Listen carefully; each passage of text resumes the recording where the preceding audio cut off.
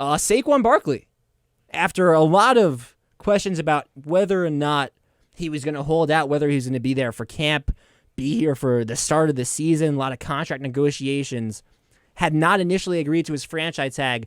They renegotiate so he can get up to about $11 million with some added bonuses, $2 million upfront and signing bonuses. Saquon Barkley here for the first day of camp. He's going to be here for the start of the season. Huge news for the New York Giants. Shout out to the G-Men, man. This is a huge get for a Giants team that is poised to make some big noise this year.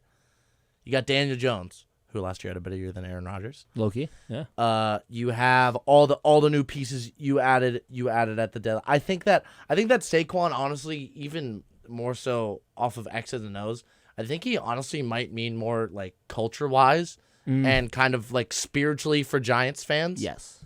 Like the Saquon issue has been like a dark cumulonimbus, lightning-trodden cloud it's over something Giants you just try and block out, too, because you don't want to think about it. Everyone loves Saquon. It's like you didn't want to think about any type of drama with him, any type of bad relationship with him or the Giants. Yeah, the issue's bigger than the kid's quads. I mean, his quads are big. But the issue's bigger. Like, bigger than Jack Warner's quads. That's debatable. Jack Warner's a beast. He's on the cut right now. Shout out the kid. There is no way that this Giants team would have felt as good. Even with all those pieces they got, and with Jones performing out of his skull, there's no way this Giants team feels as good without that nice little handoff and those big legs, booming down the field at MetLife. I think that this means more the spirit of this deal, and honestly, like the symbolism of this deal means so much more than how the X's and O's are going to feel on the field, which is saying something because the X's and O's and the on-field production are going to be pretty freaking good in the gridiron. I mean, I would say that you're telling me that it's more just for like symbolically than what Saquon can actually produce. No, I think it's great. I think it's both. I'm not saying it's like I'm not saying it's like a ticket sales move. Like it's like oh, you just get a big name. I think it's both. I just think it's been a very anxious time to be a Giants fan, and East Rutherford is sleeping very soundly now that this deal got done. It's not just that you get his production in the backfield, it's that you get one of your team captains back, one of your leaders, a guy that frankly has been the face of the franchise since his rookie year. Like Saquon Barkley, when you think of the New York Giants, that's the first face that's come to mind ever since he's been drafted, that it would be such a huge piece for the Giants to lose, both from a talent perspective, but also what you're talking about from a culture perspective, because what he means to this team, what he means to this fan base. Yeah, you can't lose Saquon. Mm-hmm. I mean, Giants fans are sleeping well, but I think the one guy that's not sleeping so well over the contract is Saquon himself, because I think we all know he wanted more money than that, and this was kind of like, I mean, I heard a report that said he basically just had an epiphany and was like, you know what, I'll just sign the deal. And so it's more just like, it's not like he was like, yes, I think he wanted to come back, obviously, but it wasn't like, yes, like I'm coming back on, a deal that's worth up to $11 million. He's like, all right, I guess this is all I'm going to get. Screw the Zoom meeting that we had with the other running backs. Oh my gosh. And I'm just going to sign. Saquon didn't want to have to do another prove-it season this year, and that's unfortunately what he has to do again. And it's tough because I think you're conflicted as a Giants fan, because on the one side, man, you'd love to lock up Saquon long-term. I think that would mean a lot, even with what some of the long-term contracts for running backs have looked like. The fact that Saquon's not at that age 28 yet where it seems like people start to kind of fall off the cliff, that he's got a few more years, that, if you gave him a 3-year deal, that you feel like that would work out. But on the other side, it's, man, Joe Shane and this Giants front office have done an excellent job this offseason. Even that, I know there are a couple people criticizing the Daniel Jones contract. When you look at the money that quarterbacks are getting, even though it's $40 million for Daniel Jones, initially you go, wow, like that's a lot of money for a guy that maybe hasn't done it consistently, that deal could work out really well long-term if Daniel Jones takes the step that it seemed like he was taking last year. And then to get Andrew Thomas on a pretty team-friendly contract, one of the best young left tackles in the game, and to see the Giants not cave in and give Saquon a huge contract when running backs aren't getting those contracts that, I mean, let's just be straight up. Under previous administration, Saquon would have gotten this contract no problem.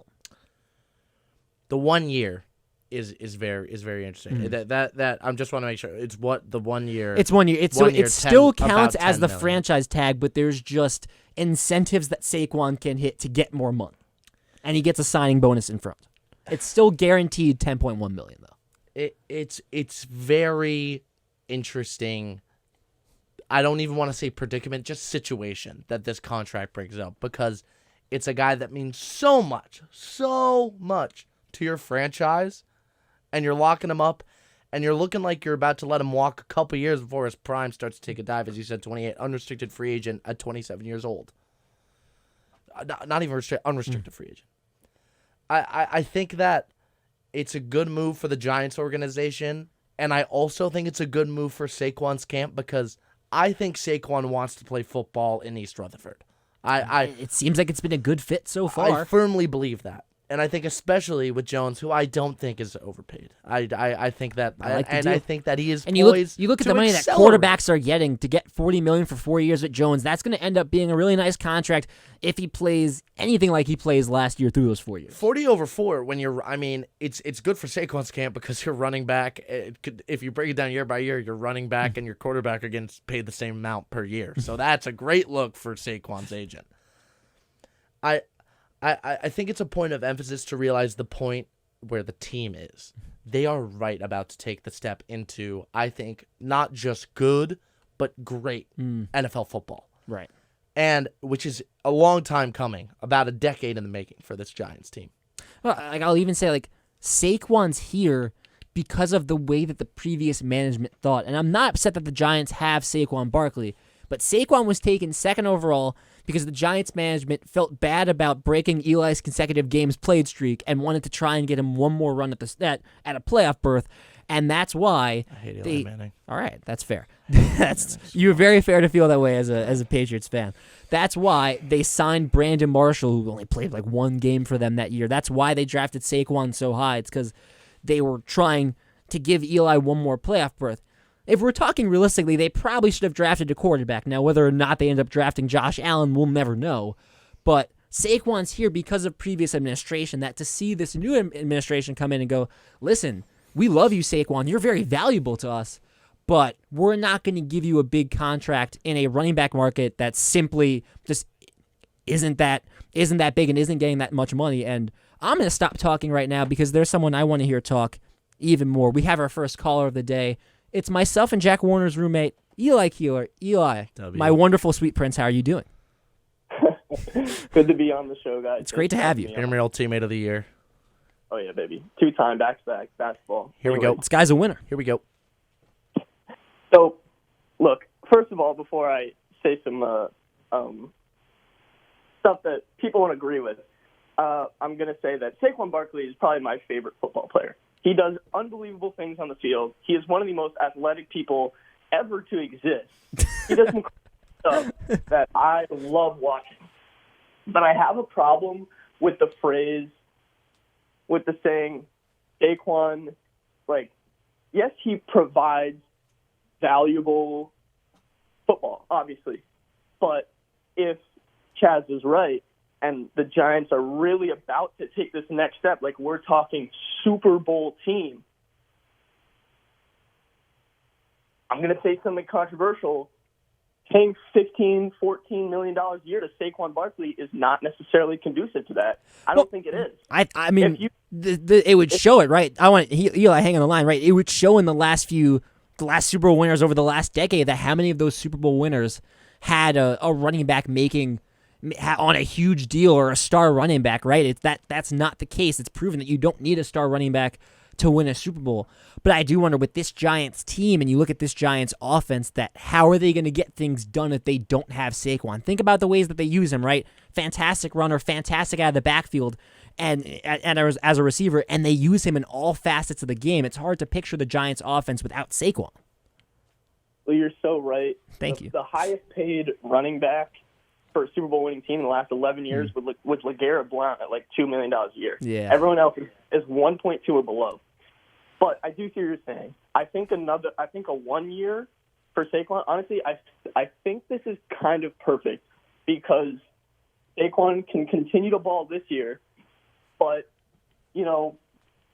Joe Shane gets the chance to build the team a little more. If he really finds a receiver the Giants can consider a number one guy, admittedly, you don't really need Saquon because you can get another running back who's not quite as good but will still produce enough.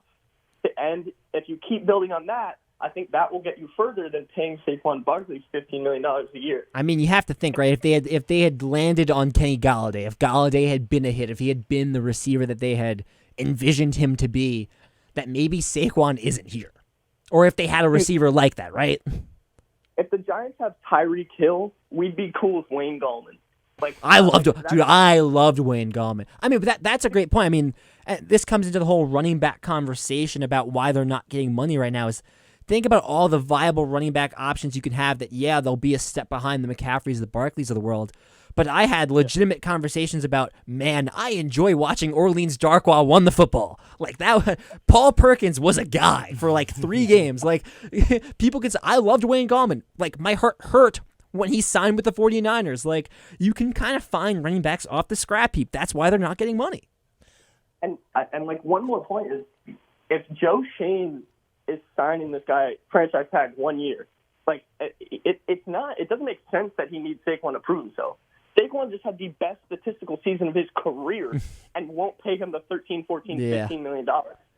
So if Saquon comes out like he has to have 2,000 yards, like I don't know what he has to do to deserve that $15 million contract.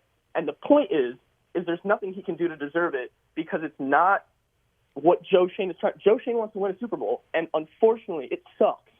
But the way the running back market is, paying $13, $14, $15 million to your star running back is not conducive to that.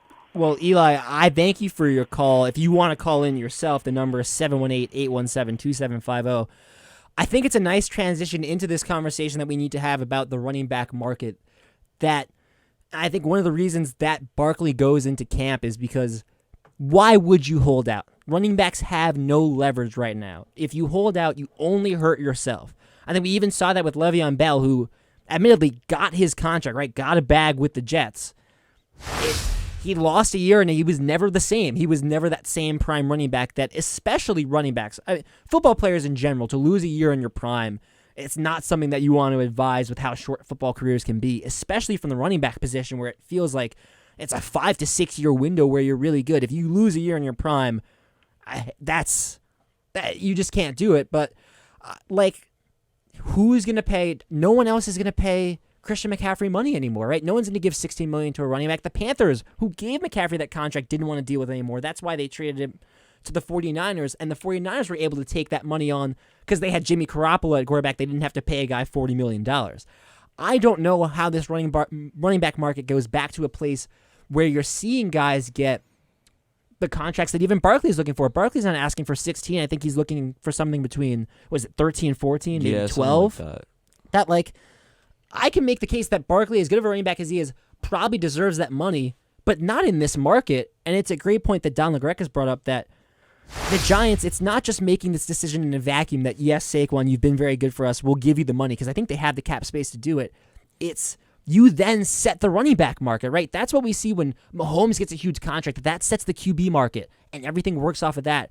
It'd be the same thing if Barkley gets a 2-year, $14 million contract. That resets the running back market and opens up the lanes for running backs to get more money, and that's just not the way the league is trending.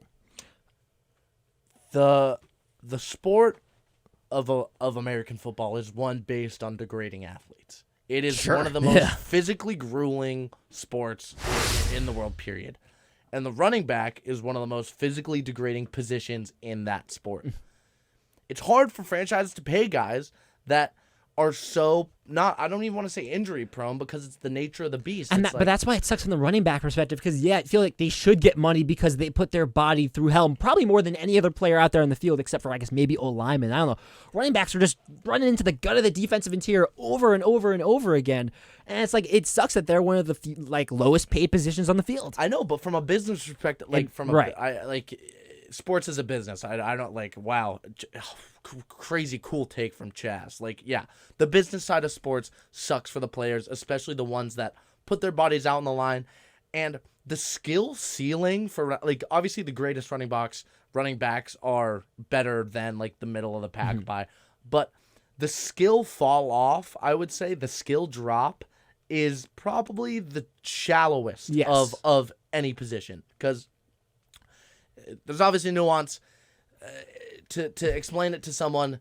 Like, if you explain to someone that's never heard of football before, you pick up the ball and you run down the field. All I'm saying is I watched Mike Glennon and Jake Fromm try to play quarterback one season, and that's why Daniel Jones gets paid $40 million. Exactly. So the way that you're looking at it from the franchises, because a lot of people are saying it's the analytics that are causing teams, because of the analytics revolution. Teams are looking at running backs differently. The media is causing a lot of people to look at running backs differently, which is the way they're categorizing and kind of trivializing the injuries that these guys go through. People like to dog on CMC. Like, dude, the guy was elite at his position, the most elite. I mean, I know football and fantasy, but there's a reason running backs go first.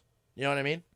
Because they are high skill, but they're also the top guys are the top guys. But from an actual football perspective, it's a replaceable position. But what I don't get is you pay Daniel Jones $40 million and you can't pay Saquon an extra few million. But I think it's not that they don't But then have. you don't do that. It's not that they don't have the cap space. It's that I think they're looking at it would be irresponsible to give this running back $12 million over for 2 years when no one else at that position is getting that money anymore. Josh Jacobs just led the league in rushing and can't get a contract. But that's the heart and soul of your team. Trade. Is Josh Jacobs not the heart and soul of the Las Vegas Raiders right now? I mean, maybe Devontae Adams, but like... And with Daniel Jones, I mean, you need Daniel Jones if you're the New York Giants. Well, you know what I mean? Here's the other thing, right? I think you would give him that contract if you ever feared that Saquon was going to leave. I think they realize Saquon's in a position where his only options are play on the franchise tag or hold out a season, which you know Saquon's not going to do that. Unfortunately, they had Saquon boxed into a corner. And it sucks because we love Saquon, but I think from a management standpoint, as you're saying, that it's probably the right move. And it hurts because Saquon Barkley is one of our favorite players. It's an NFL move. It's not even like it's why I couldn't be an NFL GM, because I just say give Saquon whatever he wants. I love the guy. Exactly. It's not even like I'm trying to be like a lunch pail guy, I understand it. I try to take the emotion out of sports. It's just how the league works and how the league has to work for functioning contracts to not go all over the place because of the salary cap. Yes, but this is the heart and soul of your team, and when you go into that locker room, you know he's not happy. That's a problem. I think he got money. He's an unrestricted free agent next year, and if and when the running back market there are changes. I mean, we don't know what other teams are willing to do. Yeah, Saquon. I don't think it's going to affect the locker room too much. Listen, Saquon's going to be pissed off, and you wonder if it damages the relationship long term, or maybe he doesn't sign a long term contract with the Giants. But I also wonder who's going to give Saquon the contract he's looking for. Right. Maybe there's a team out there that does. They think that Saquon's the difference to put them over for a Super Bowl.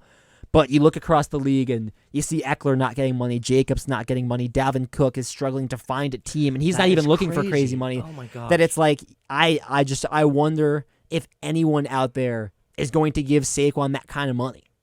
I don't think there's a team out there that's going to give him it. I do feel bad for the running backs. The sympathy is not lost on me because I think it is a position that is objectively, I don't want to say underpaid because they've always been underpaid, but it's a position that you put your body on the line for the team, and once you hit 30, no one cares if you're the prettiest princess at the ball. It does not matter. You said it. Football is a cruel sport. We degrade our athletes, and there are peaks and valleys and trends. And right now, you're in the valley of the running back market where there's just teams don't have the appetite. Saquon Barkley getting $10 million is impressive. Yeah, $10 million in a year on a 1 year deal is nothing to be like, oh, that stinks. Low key, he can get, because this is the first franchise tag. If the Giants franchise tag him again, he's going to get $12 million. He's going to be one of the highest paid running backs in the sport. And yes, he probably deserves more from a talent perspective, but from a running back market perspective, he's going to be one of the premier backs.